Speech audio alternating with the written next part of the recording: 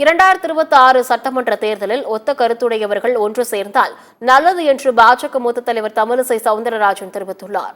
சென்னை மயிலாப்பூரில் செய்தியாளர்களிடம் பேசிய அவர் 2026 தேர்தலில் பலமான கூட்டணி அமைய வேண்டும் என்றும் அனைவரும் சேர்ந்து உறுதியாக இருக்க வேண்டுமே தவிர உதிரியாக இருக்கக்கூடாது எனவும் தெரிவித்துள்ளார். உதிரியாக இருந்தால் உதயசூரியனுக்கு வாய்ப்பு கிடைத்துவிடும் என்று தமிழிசை தெரிவித்துள்ளார். பாஜகவை பொறுத்தவரை கூட்டணி குறித்து மாநில கட்சிகளுடன் ஆலோசனை செய்த பிறகே தேசிய கட்சி முடிவு செய்யும் என கூறியுள்ளார். மழை வந்தவுடனே துணை முதலமைச்சர் மாநகராட்சி கட்டிடத்திற்கு செல்வார். சரியாக இருக்கிறதா என்று பார்ப்பார். பின்னர் சிரமப்படுவதெல்லாம் நாம் தான் என்று தமிழிசை கூறினார். 2026க்கு இன்னும் கால அவகாசம் இருக்கிறது. அண்ணன் எடப்பாடி ஒரு அழகான ஒரு வார்த்தையை சொன்னார். ஒத்த கருத்துடைய கட்சிகள் எல்லோரும் ஒன்றாக இணைய வேண்டும்னு சொன்னார். ஒத்த கருத்துனா என்ன?